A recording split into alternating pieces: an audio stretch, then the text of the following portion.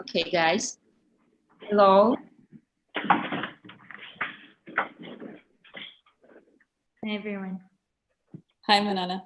Hello. Hello. And Mariana. Hello, guys. Morning.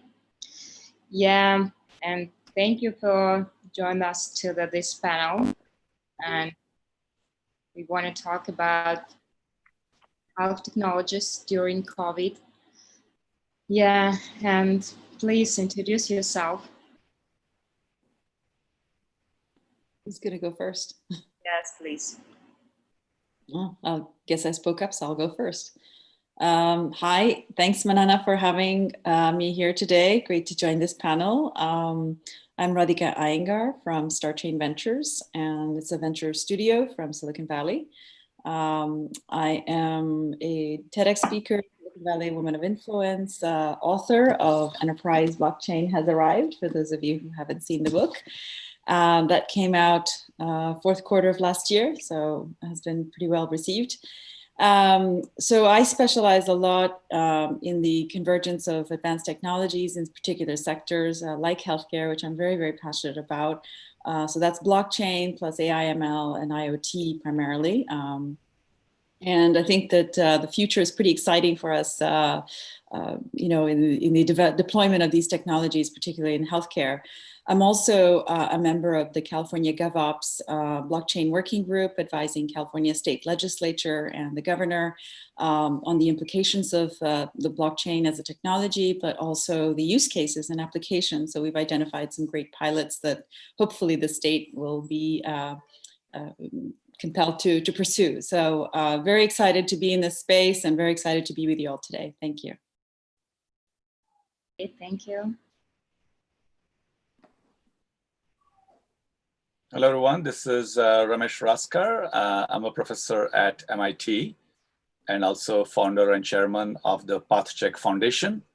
And PathCheck Foundation is now world's largest nonprofit open source effort for COVID-19 software solutions, focusing mainly on exposure notification and case management.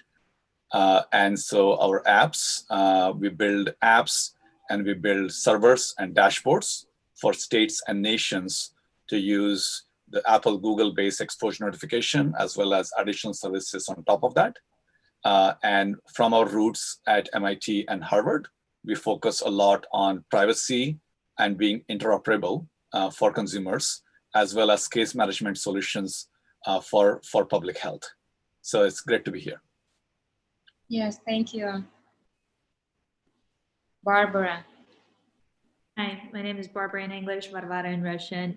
Russian descent, former medical device founder that turned VC and then turned even more operational.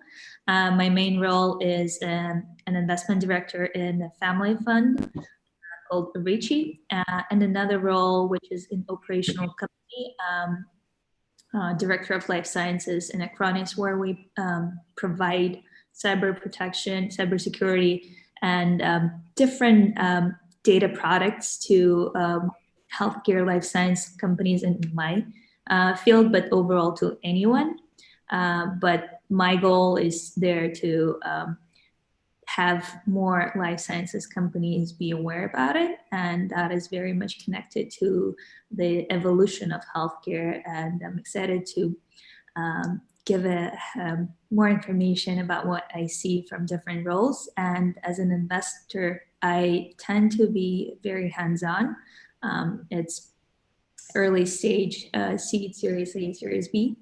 And we do support our portfolio companies to the extent with introduction strategy, everything. And yeah, as a former founder, I understand how to go through this path and very much relatable from the investments perspective. Big fan of health tech. That is my main area of focus overall for the past 8 years, I guess, and a big believer in predictive, preventative, personalized precision. So very excited actually to what COVID crisis pushed us to, and see all the innovation being pushed by government regulatory becoming very supportive of telehealth and different other technologies actually being implemented throughout the country. Thank you, Barbara. Thank you, Barbara. Mariana, shall be next. Everybody, thank you for inviting, and I'm happy to be here. I'm in medical devices for over a decade. Russian born, I came to Israel as a child, and I'm in VC industry since 2013, and where I'm investing with a family office who's interested in early stage seed, pre-seed, mainly healthcare. This is my focus, medical devices, digital health. And I think COVID is as good a reason as any to talk about it and see how healthcare can benefit from anything that happens in this space, and how can we help the world to deal with it. Okay, thank you, Mariana. And last amazing person, Evgeny. Oh, hi there. I'm Evgeny Zaitsev. Our group has been around for about 20 years. We first started as a life sciences investment practice of asset management company. It's one of the oldest venture firms in Silicon Valley, founded by Pitch Johnson, one of the pioneers of venture capital. We have been partners with him for many years, for 9 years. And then we did a spin-off to form Helix Ventures, which is a life sciences only venture capital firm. Pitch actually invested in both IT and life sciences. So at Helix, we only invested in biotech and medical devices, and run several funds very successfully. And this year, we actually rebranded Helix Ventures into Bearing Capital for only reason because one of our partners has left to live in Australia. So it's a new firm now, but the same investment practice, investment strategy. We invest in medical technologies and biotechnologies, pretty much agnostic to the stage of investment. And I've done, I think, something like 30, 35 deals over my career, both early and late, more than 10 good exits. And I think that's my story. Oh, it's okay.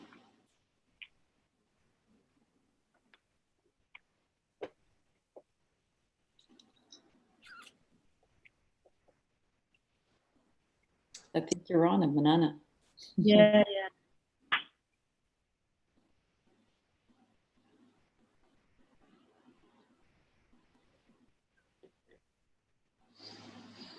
Okay, guys. Let's go ahead to our first question. What is your the vision for the post-COVID reality? What is you the insights, and what is the beyond after the 15 years? What is a new reality, a new future for the health, medical devices, and in new startups in mobile and biotech technologies? Barbara, maybe you will be first. No putting on the spot. Well, in the immediate reality, we're seeing that everyone is becoming more virtual. We held an event of healthcare IT with Acronis, and we had main providers speak about transitioning to telehealth. So we're seeing transition from traditional doctor's office to both telehealth, which is real-time, or virtual visit, which is utilizing any additional devices. And that is immediate reality, that hospitals will see less patients in person. It is already possible, not necessarily possible for all doctors, but immediate visits or apps definitely coming. Utilization of sensors and different data analytic tools.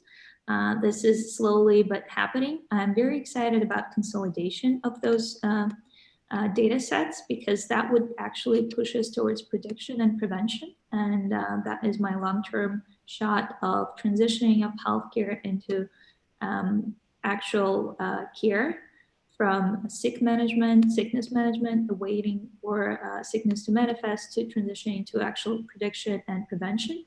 And probably in 15 years, I think we would do that. That would require a different incentive system, meaning say different insurances that would pay for improved behaviors, quantification, and would decrease the insurance costs. And that what I would personally be excited in learning and reviewing myself, be that different models for companies that would support this transition, or different devices that are now not provided, but possible to extend beyond hospitals. So virtualization, digitization, and exchange of data between different parties, and actual extraction of actionable information based on this data. Yeah, Oh, thank you. I agree. Yeah. So, Yeah, definitely. It was a good scope. Great scope. Covered everything there is in healthcare. It's quality of data and how to use it. Like we can just go from this point on. But honestly, it was a good cover up, amazing. What I'm hoping, I don't know if it's healthcare. Let's face it, pace is not the strongest point for us. But what I'm hoping to see in 3 years is more home-based care versus office-based care that is currently promoted by reimbursement policies. I think we all figured out that staying at home, it should be the safest way in terms of hospital-acquired illnesses and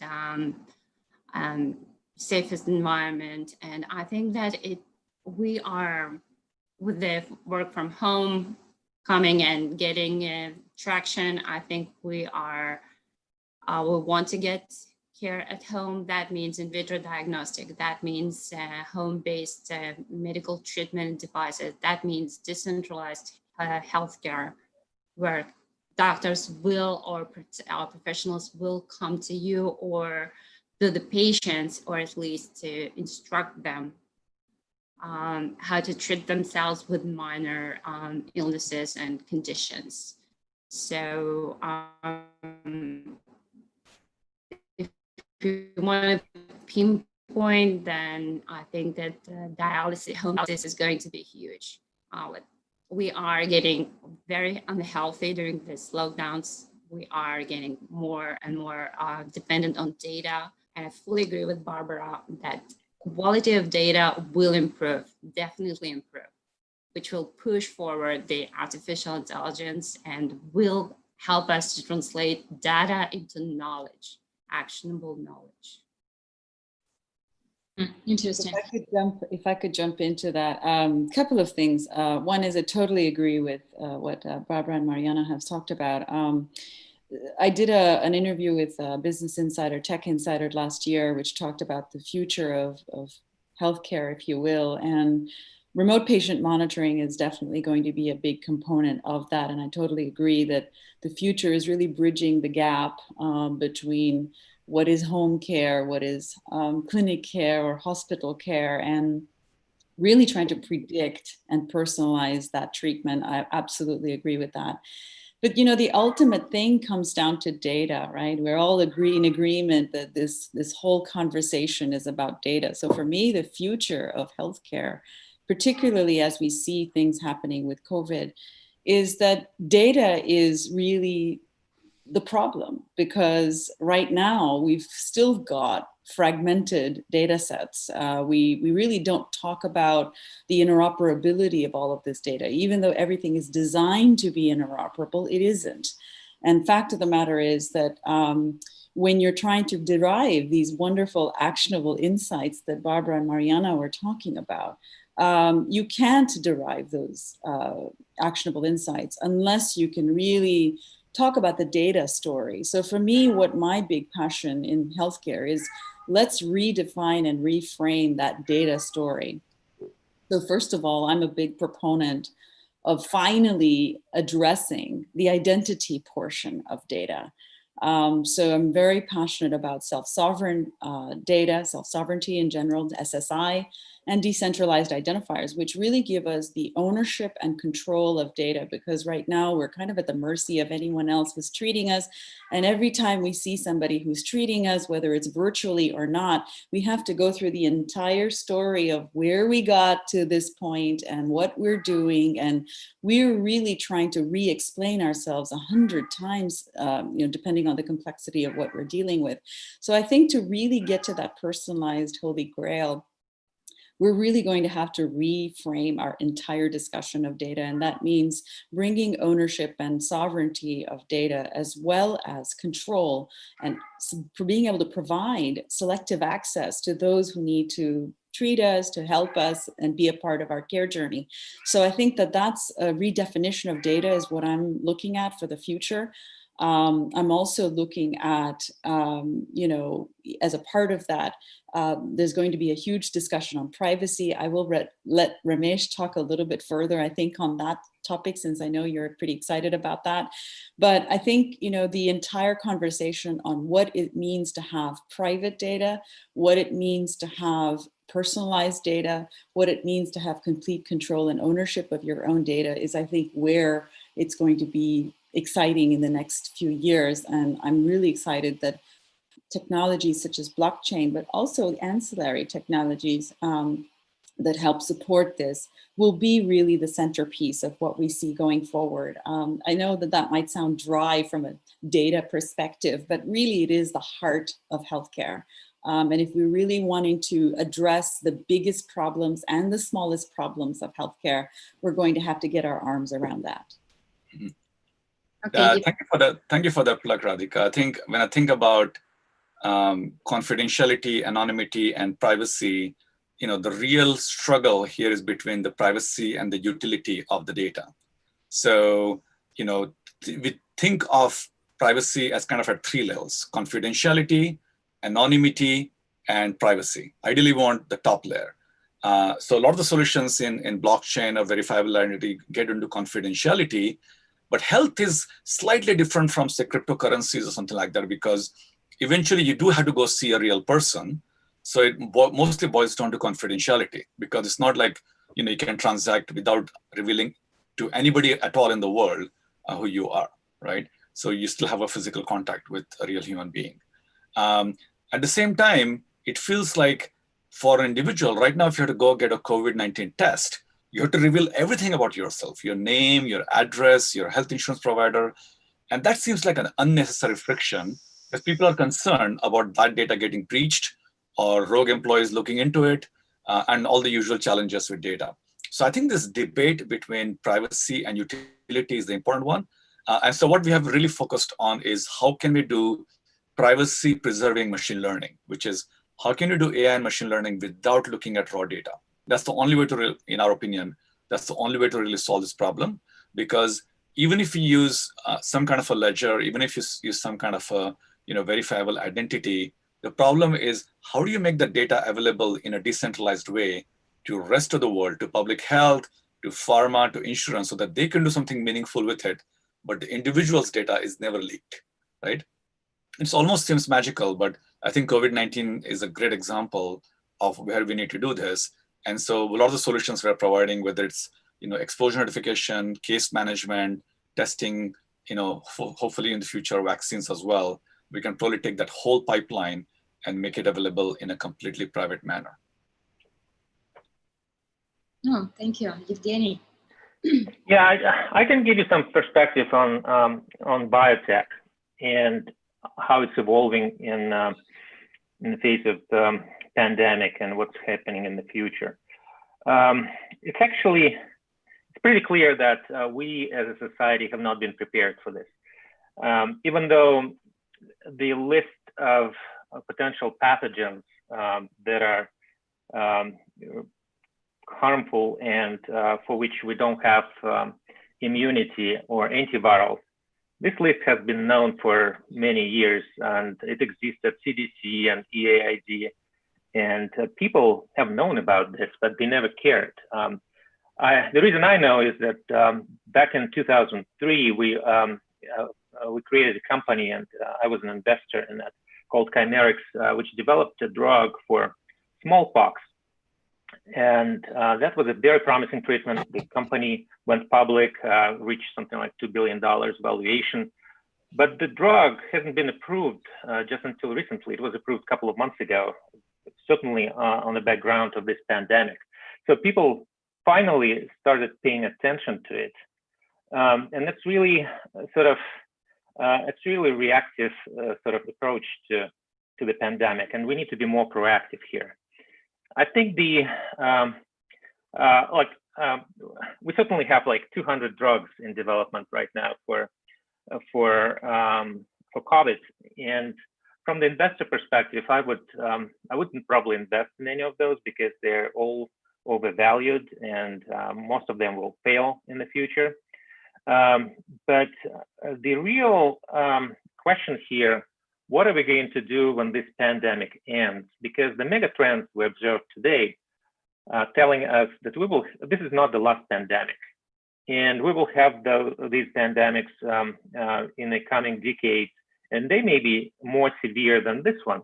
Just imagine if we had a smallpox pandemic, for example, many people would die. And it's not as, coronavirus is not as bad as smallpox, for example.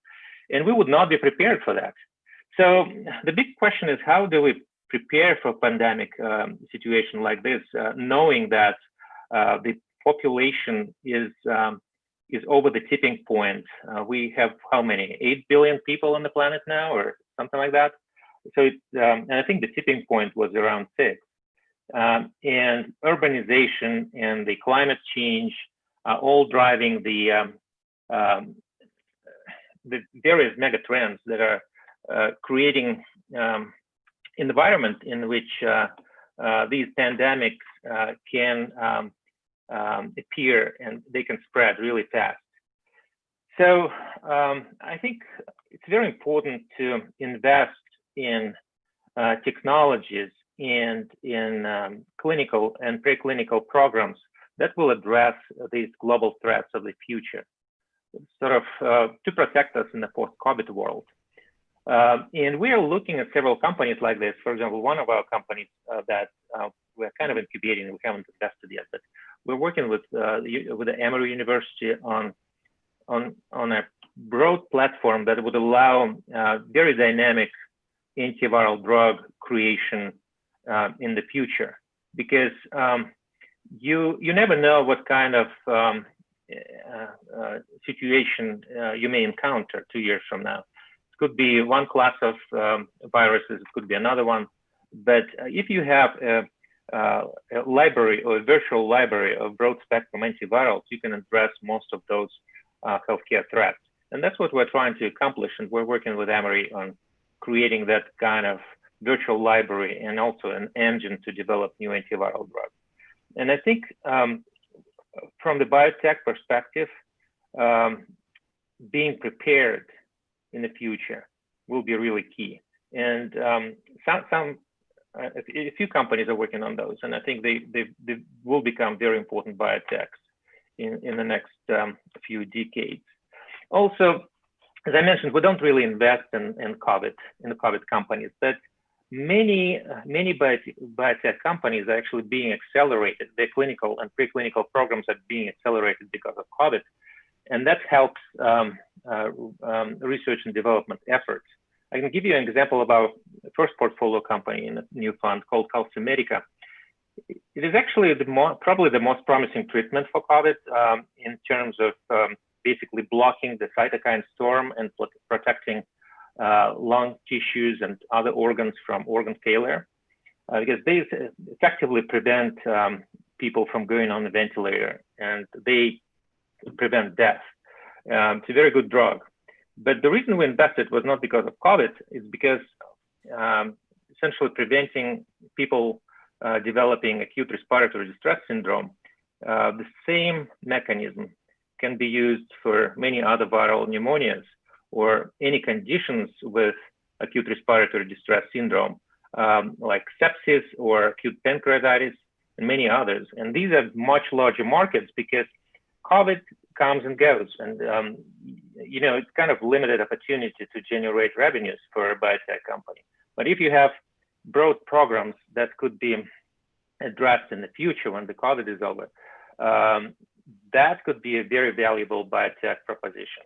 And I think these companies are taking advantage of accelerated approvals and very fast regulatory path that they can enjoy today. Can I add briefly to what Evgeny was talking about? There was two things that really struck me, and I wanted to build a little bit on that.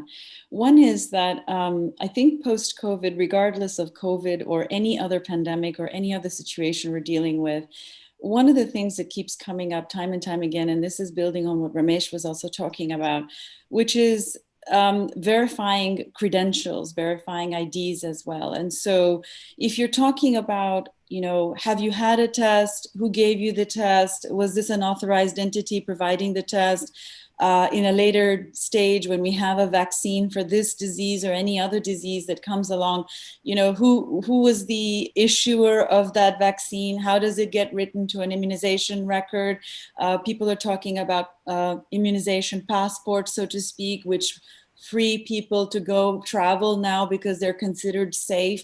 Well, who is issuing those safety sort of credentials? And so I think the whole issue of verification of information and data, verifiable credentials, is a big area and a huge opportunity. I'm pretty happy that California as a state is one of, I think, the first states that has passed legislation on this, which is extremely exciting. AB 2004 is all about verifiable credentials, and we're making this a priority in California to really develop the right kind of legislation then that is also going to support the innovation that comes with this. So yes, it's going to be many different people coming together, but at the end of the day, we're going to have to share this data, and we're going to have to share it securely and with the knowledge that there is an authentic source to that piece of data that is attached. So if it's a document that says that you've had a COVID test and who gave you that document, etc., the verification and authentication of documents is going to be increasingly important, I think, as we move into the next phase. The other thing that really came about is when I was listening to Evgeny talk about drug development, I think what's really exciting these days in terms of technology is, I don't know if you've heard of Melody, MELLODDY. It's a consortium in Europe that has the largest pharmaceutical manufacturers that are using AI machine learning as well as federated learning models to be able to not only protect their own proprietary data, because they're all developing things, but they have an information store. So you talk, Evgeny, about libraries, and I think that's very important. But when we talk about the value of these libraries, it's when we start sharing across an ecosystem and saying that one pharma manufacturer that has done certain amount of testing or so on, and has a body, a set of results or data that they can actually promote or share with others without revealing the privacy of that and confidentiality of that data. These federated learning models are using AI algorithms, and they're sharing the weights and results of those algorithms to be able to share across this consortium. So I think a consortium like that is really going to be an exciting model of how ecosystems can come together, how various stakeholders can come together to solve big problems. Because if we're talking about whether it's this pandemic or the next pandemic that's going to come about, things cannot be developed in isolation. We are a global community, and unless we come together as a global community, look at us sitting today virtually around this table talking about these issues, and some of us are in Israel, some of us in Singapore, some of us in Silicon Valley, some of us on the East Coast. So I think when we're all talking about sharing information and making sure that we share it responsibly, ethically, authentically, we're going to have to really think about how not only we're going to share that information, but how we're going to protect the information that we also have that we need to keep confidential. So I think that's a real challenge as well as a great opportunity, and I think some great solutions coming up in that from an ecosystem perspective. Barbara and Marianne, how it look like for you investment strategy for the local markets, like the Asia and Israel? Well, I don't think we're focused on any particular local markets per se. We do have portfolio companies in US and Europe. I don't think we have anything in Asia yet. And in terms of COVID and going forward, I think COVID is just one of the examples of what we should be ready for the future. And obviously, from that perspective, we have a great portfolio company, which is Changing Diagnostic in terms of immunoassay analyzers, so blood or any other swabs. And the goal there is to have direct and quick response and like result, and COVID highlighted the importance of that. And to Evgeny's point about cytokine storm, that can improve tests quite sizably. So for example, if with this diagnostic, we can be testing not only for infection, but simultaneously for interleukin-6, which shows the immune response reaction. And if the person is severely, immune system severely damaged or not, if they should go to ICU or not, and that helps doctors immediately.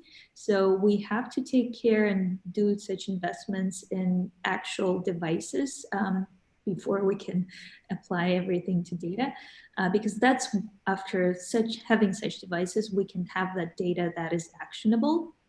And that's our goal right now. That's one of our portfolio company out of Harvard, which would be fundraising soon. And we're super excited about that. And the goal there is then, how do you make such devices accessible? How can you make it a network effect that we can take it further to population health management and noticing in real time of spikes in be that pandemics or any other disease that may go, it may be a flu or something. But how do we actually generate that actionable data? So from local perspectives, I would say whatever technology is more superior, we're definitely interested. We do look at technologies in Singapore as well, where I'm currently for quarantine at least. The goal is, who has the technology that needs to be expanded and given access to the world? Who can we support with not only money, but actually smart money and access to our networks and our support system, our scientists, our business experts that have built billion-dollar companies. So it's like looking for the best solution for existing problems and predicting problems, obviously, and taking actionable measures right away right now.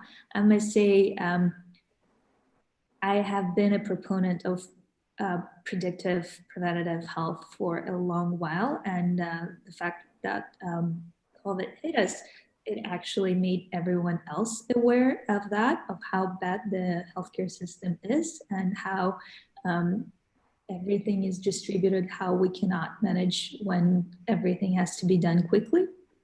So I am excited about consolidation, but I have not yet understood what would be the best way, because you can take it further. Like, yes, it would be great to utilize all the data, but data is something that allows your algorithm to find a new drug, or so pharma companies will be protecting that data. And like, what would be the incentive behind it to actually share it?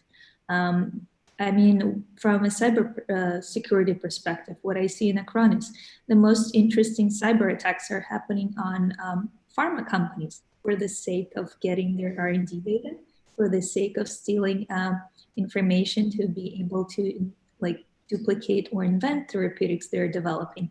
And that's the costliest, the hardest systems in the healthcare to break, and those are attacked the most. And we can remember of like cases like Merck, NotPetya, and others that can take away a big company out of out of actually ability to function, and may cost millions and millions of dollars and extraordinary amount of time and effort to resurrect the data at all afterwards. So we lack this interconnectedness, but having this interconnectedness actually gives more loopholes for bad guys to access the data, and not having underlying system. So I give comparison. So like for all airlines, an underlying system called Amadeus, where all information is stored. There is no such system in healthcare. All electronic healthcare records run on their own data sets, and they cannot be easily transitioned from one to another. And I think that would be a big step as soon as there would be a protected system that allows actual management, protection, and storage of such data. And obviously that's one of our goals of seeing how can we as a cybersecurity company at Acronis support them right now. But overall, I'm truly looking for those consolidation solutions and companies that would be on the forefront, helping systems to talk to each other and learn to each other and act on this data. Mariana? I fully agree with everybody that said the strategy hasn't changed. COVID is horrendous illness, but I don't think it justifies changing investment strategy. We're always looking at technology as differentiating factor. We're always looking at the team and differentiation factor and execution. So that hasn't changed. I'm personally excited about interoperability, connectivity between devices and between systems. So I fully agree that we are going to be much more connected healthcare industry. So we need to be prepared in terms of infrastructures. I think that quality of data is something that is highly important for, and this is what I'm actively looking into.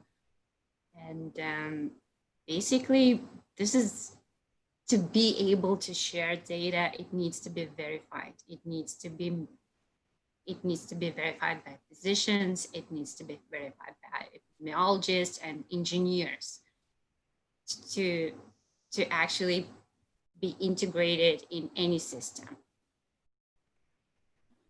So before we achieve that, no artificial intelligence can be meaningful or provide knowledge, which is something we need to make decision process more exact. Because in the end of the day, people's lives and health, and they are at stake. So there's no room for a mistake. And I think Israel is. I would say there are. I'm sorry. Sorry, go ahead. I was just going to say something else, but go ahead. No, go ahead. You were saying. Yeah. I think it's true that the fundamentals don't change, but the crisis is also opening up this really interesting window where overnight we might have a piece of software that could get used by billions of people. And this is unprecedented. I mean, maybe Instagram, or I don't know which app had the fastest, or maybe Pokemon Go was the fastest to get about 50 million downloads in about 20 days. But we're going to see a world where overnight people are absorbing and using digital tools because they're stuck not being together.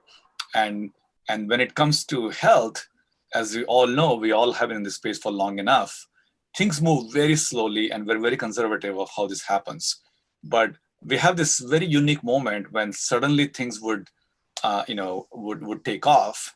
It's not necessarily a good thing for entrepreneurs or investors because it's difficult to kind of respond to where should you put your bets. Unless you can do like kind of spray and pray, you don't know who's going to win. But we know somebody's going to win and have this awesome kind of distribution network over time. So it doesn't fit the framework for an investment firm. It doesn't fit a framework for an entrepreneur, because the likelihood of any one of them becoming successful is very, very low.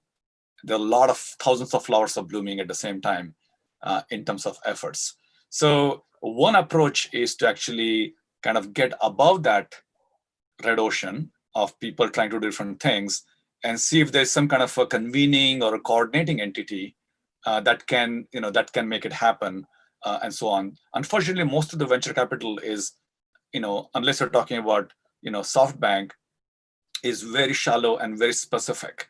And if it takes us a month or two to do the diligence and decide which team to invest in, or if we start writing small, like 100K, 200K checks, those things don't scale. So what we need is a kind of a co-opetition model, kind of cooperation on competition model that allows that capital, that investment, that guidance, that federated data sets, all those things to come together. Now, as in a capitalistic world, that just doesn't happen because we don't believe in top-down design. We believe in very bottom-up and let the survival of the fittest evolve. And this is the big challenge we're running into. So if you think about the previous crisis, some good things have come out of it. And if you think about organizations like W3C or Mozilla, or in case of healthcare, as Radhika was talking about, some of the European consortiums, they would be a great platform for this. But even they move extremely slow. In fact, they move because some organization has already made enough progress. They already have something going on. They say, I think this is interesting enough. Should we make it into some kind of an open source or some kind of a consortium?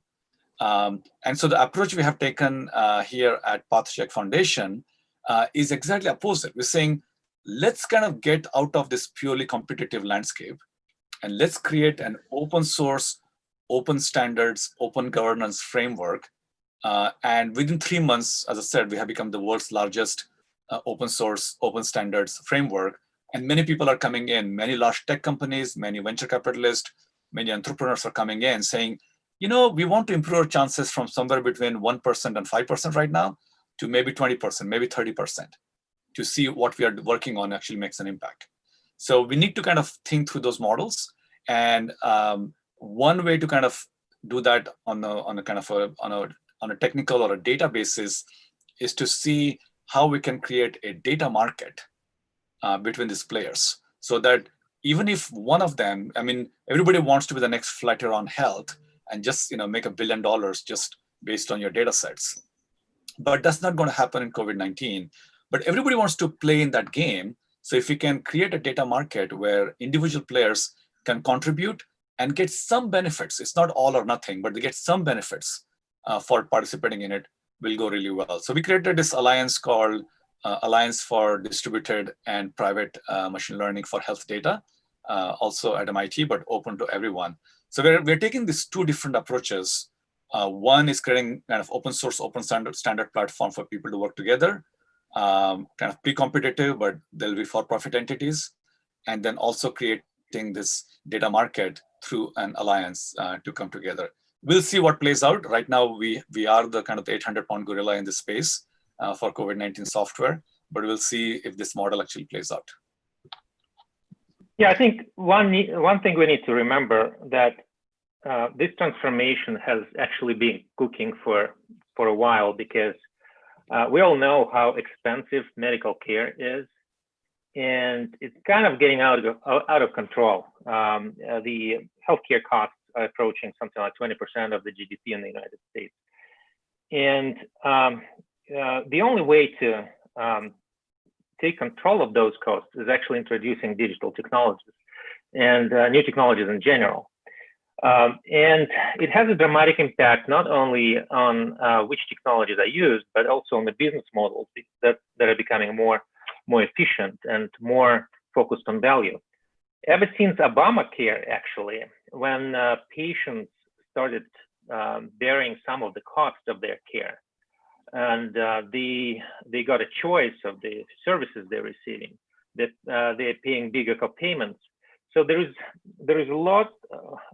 a big shift to focus on value in the services, a big shift to focus on the outcome.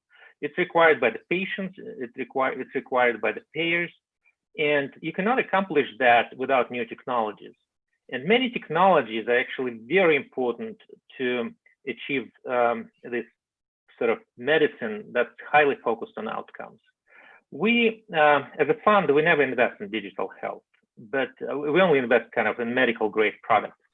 But digital health and digital technologies are very important to whatever we do in medtech, because those technologies help increase efficiencies of the business models, increase efficiencies of the technologies themselves. For example, we all know that for precision medicine, for precision operations, they use surgical robotics, for example. It's a very expensive machine. It takes a lot of real estate in the operating room, and it's a big device. These days, with new technologies, for example, with augmented reality, surgeons can do the same operations with the same precisions as surgical robots, but thousands times cheaper. And things like that could be incorporated in everyday medical practices could change the cost system of the healthcare. And that's very important. And the same applies to biotech. Generally, in the past, biotech was very simple. You find a new molecule, new mechanism, or first you find a new target, you find a molecule that would attack that target, you develop that into a drug through a series of preclinical tests and then clinical, and then here you are, you have a new product. Today, you have a lot more tools that can help you create new technologies and new biomedical products. For example, one of the companies we're looking at, it is using artificial intelligence to actually recreate specific subdomains or subepitopes of receptors to develop new antibodies. It's never been possible before. So like antibody development is a simple business, right? You find an antibody that attaches to a certain receptor, and you know what kind of effect you can expect from that receptor. But receptors are very complex protein molecules, and different subepitopes of that receptor can cause different effects. And if you want to avoid side effects and you want to focus on one specific effect, you need to be very precise how you target that receptor. So artificial intelligence, out of all things, now can help you do that. So these are the situation when digital technologies can dramatically change not only medical practice, but also the way we develop new drugs.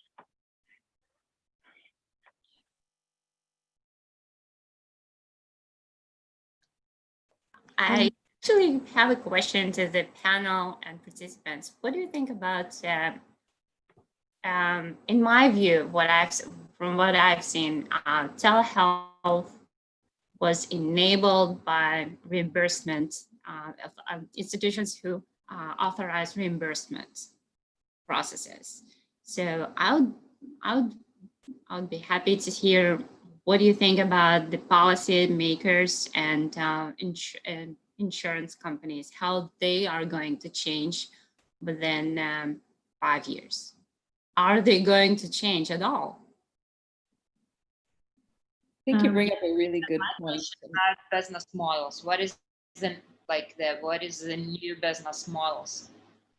I think that the business models we are considering mainly based on predicting what the insurance companies or the users today, those are the patients, the potential patients, are how they are going to behave and adopt.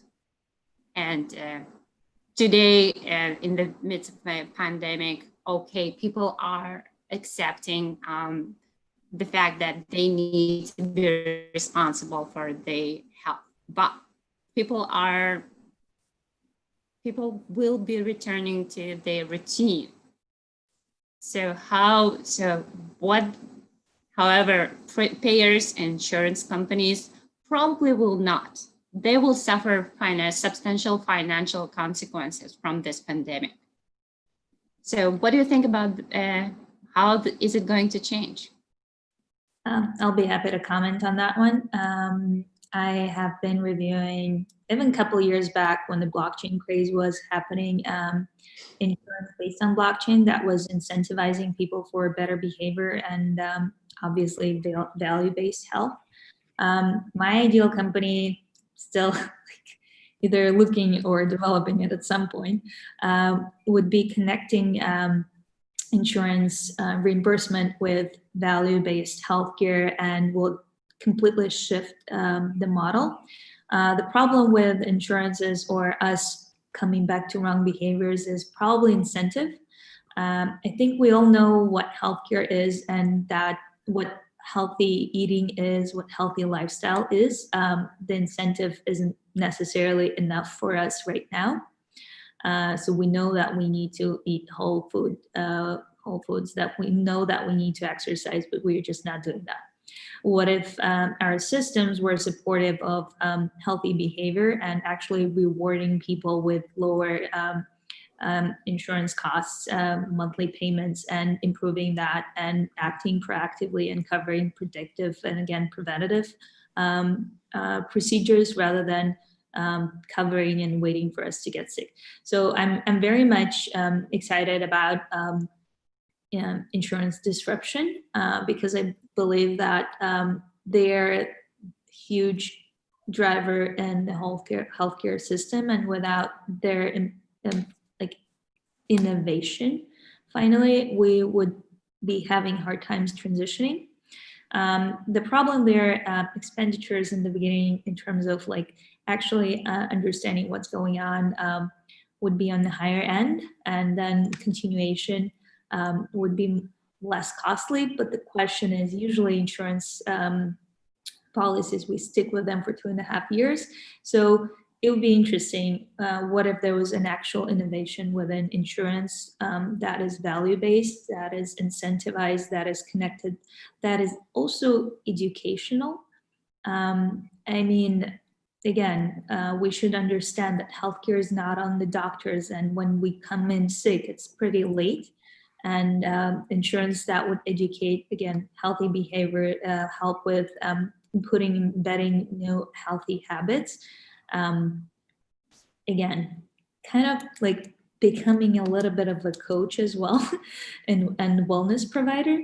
That's what I would seek and look for myself. And if it would be targeting, again, millennials or entrepreneurs who are already feeling that they are not willing to pay $1,000 per month for an insurance that covers everything, but are willing to actually make changes to save and see how their healthcare improves, I think that would be exciting, and everyone would be signing up right away.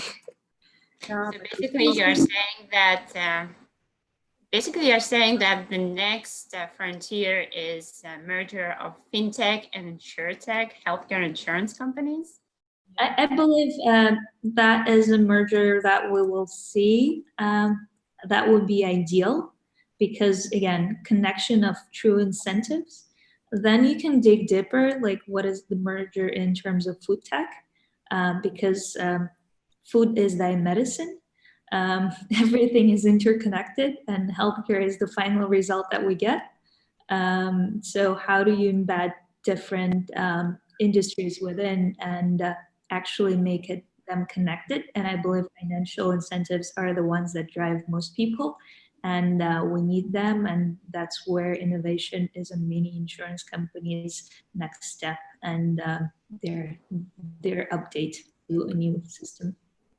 I think you're spot on, Barbara, because when we're talking about incentives, and particularly in healthcare, everybody talks about value-based care, right? And what that means, and we're talking about the delivery of care being more value-based. But I think the incentivization of value-based care, right now, the whole system is based on incentivizing payments for sickness, payments for sick visits, payments for medication for those sick visits.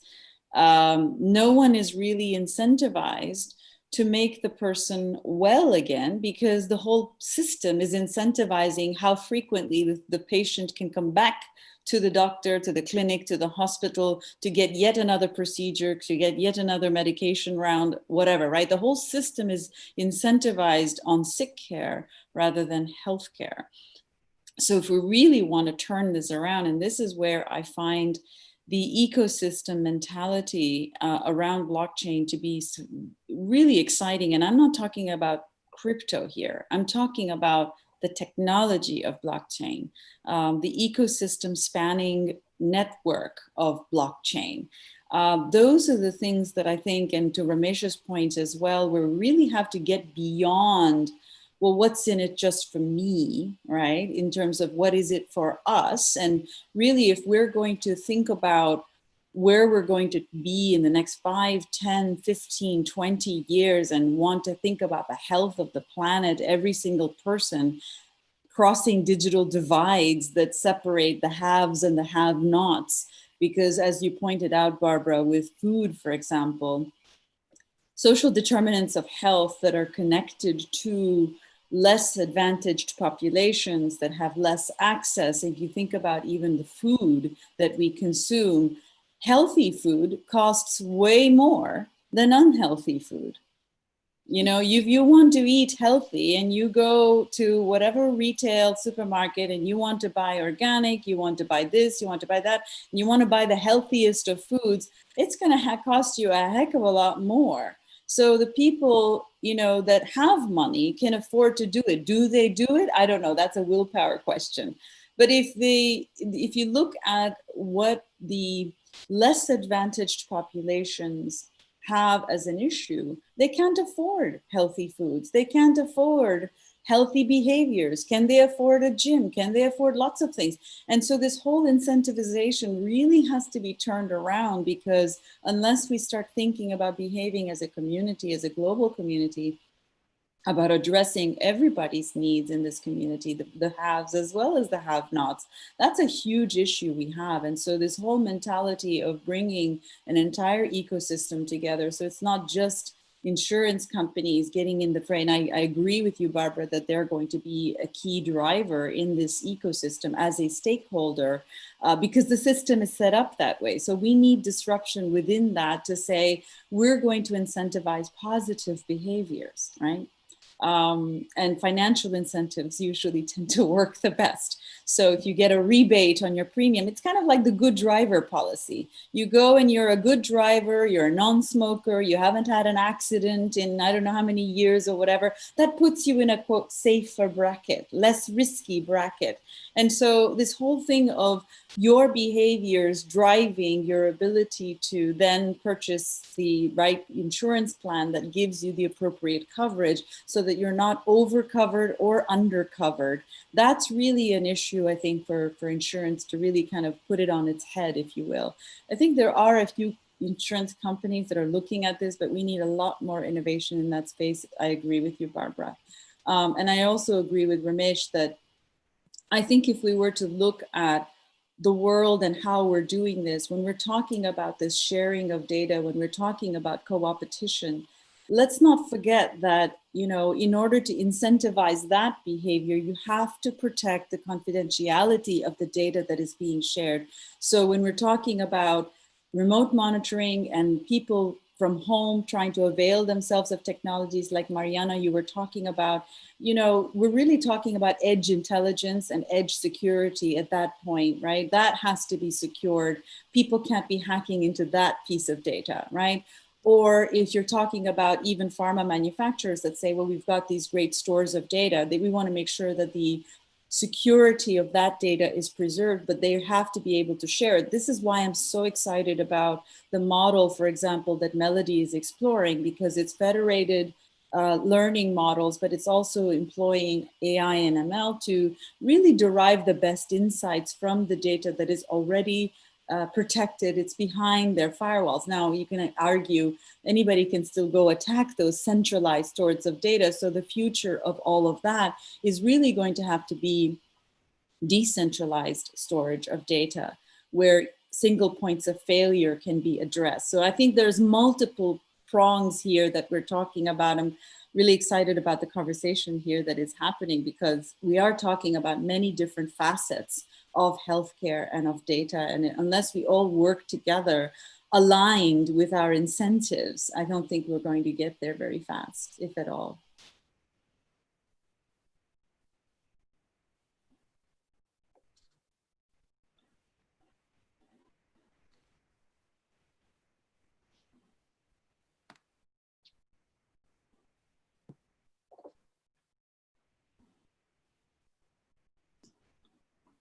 Okay, and last question: what do you think about trends and new technologies for the healthcare market? For example, robotics, or maybe something new in farm.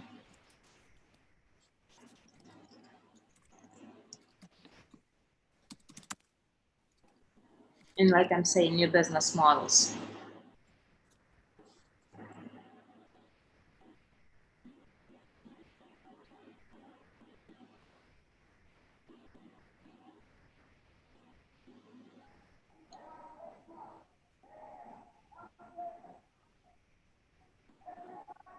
I'll give a go. Can you repeat the question? Yeah. My question was a little bit more about new technologies for the next 5 years. Maybe robotics, maybe I don't know, something in pharma after the COVID. Mm-hmm.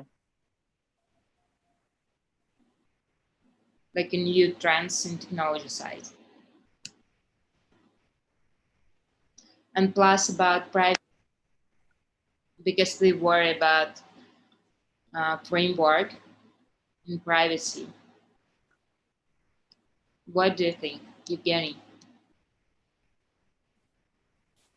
Well, I think what's going to happen in the near-term future, and that's what I can see in our pipeline.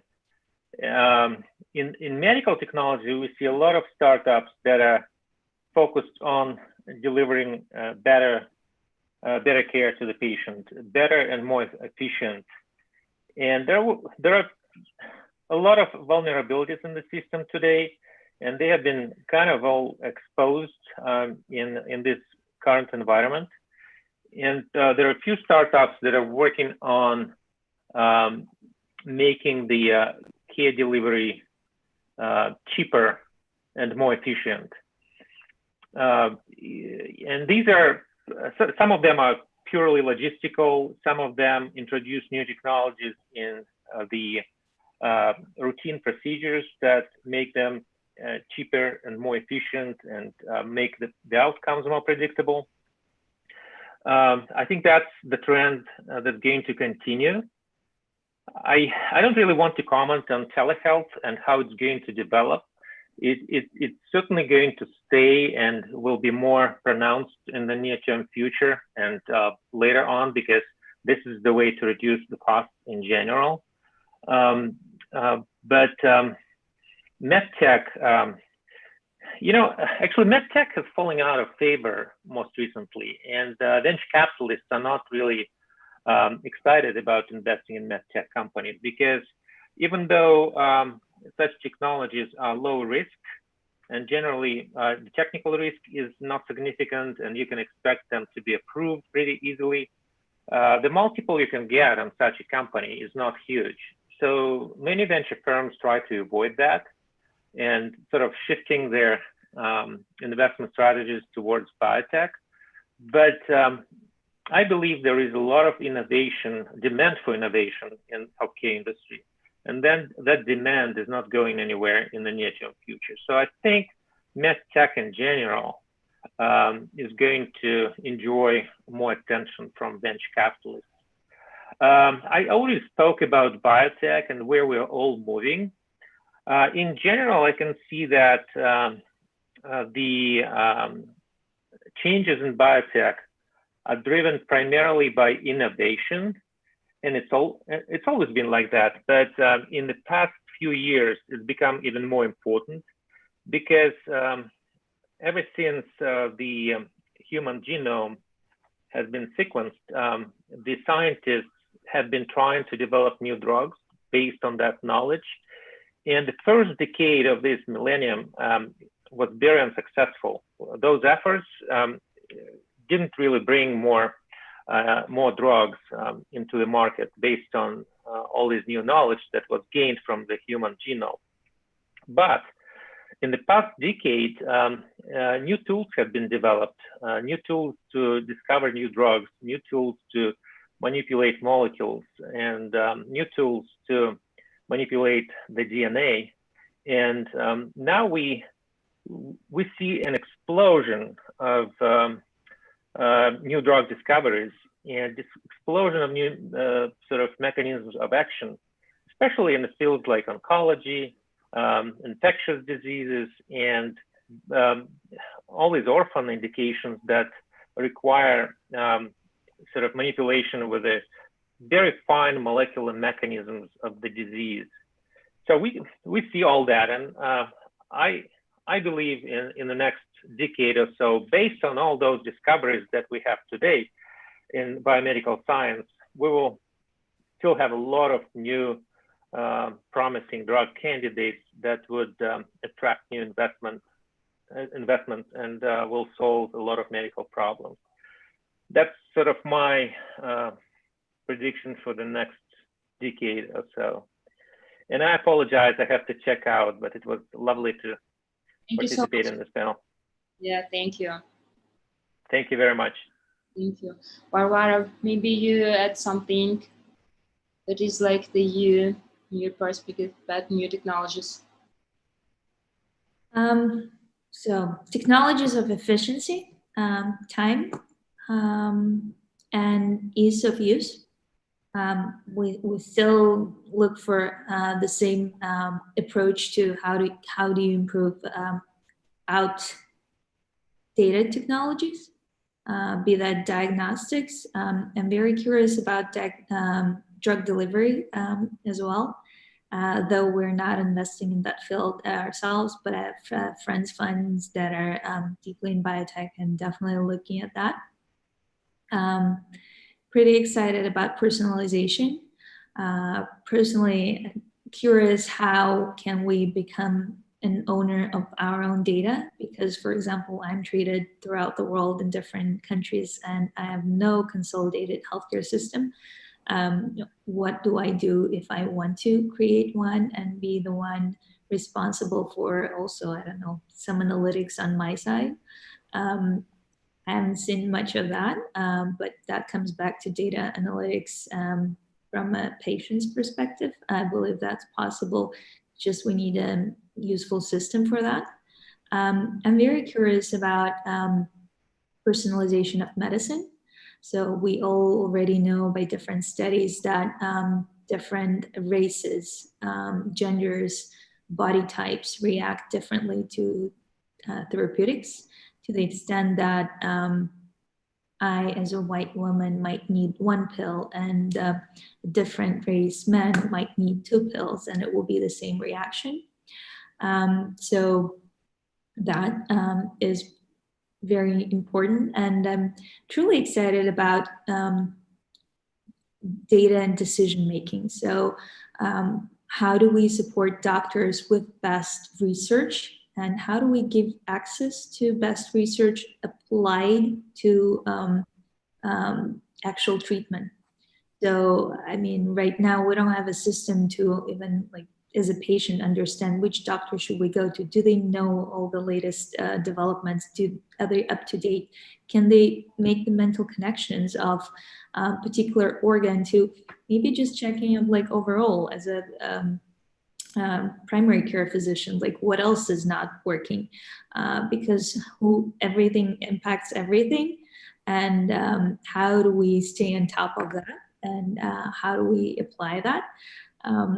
And I'm actually more excited about education of us as patients about our own healthcare, so that we can become our own doctor in a box, or to say so, so that we can be more conscious about our decision making and would not need a healthcare, and would help healthcare transition to actual wellness practice that would we would even perceive some practices like massage or I don't know, salt baths as healthcare in the future, and not as awful something scary moment where you have to go to the office because you can't wait.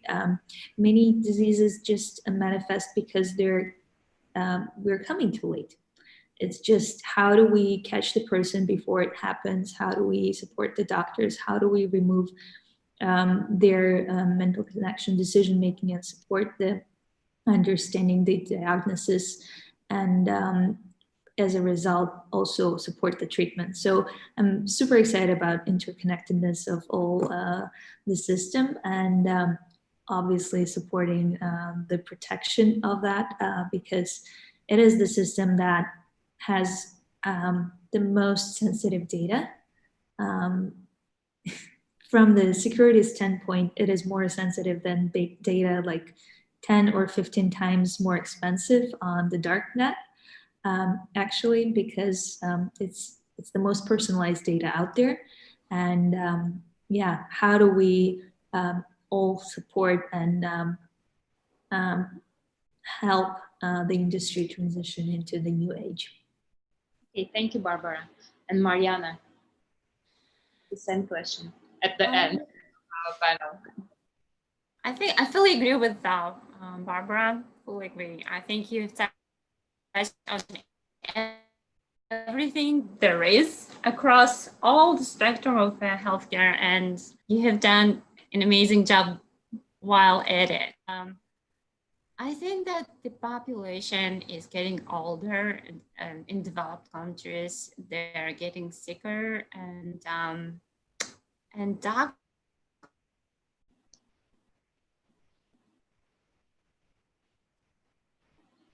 in shortage. So basically, I think that we need to educate the patients. We need to take better care of ourselves before we come to the doctor and seek help externally. But I think that innovation needs to touch first on the caregivers. I think that saving doctors from burnouts is helping them to better treat us in a more meaningful way, and helping them to create this connection to their patients and help them succeed and advocate for the technologies they're using wholeheartedly. I think this is something at the forefront of innovation adoption.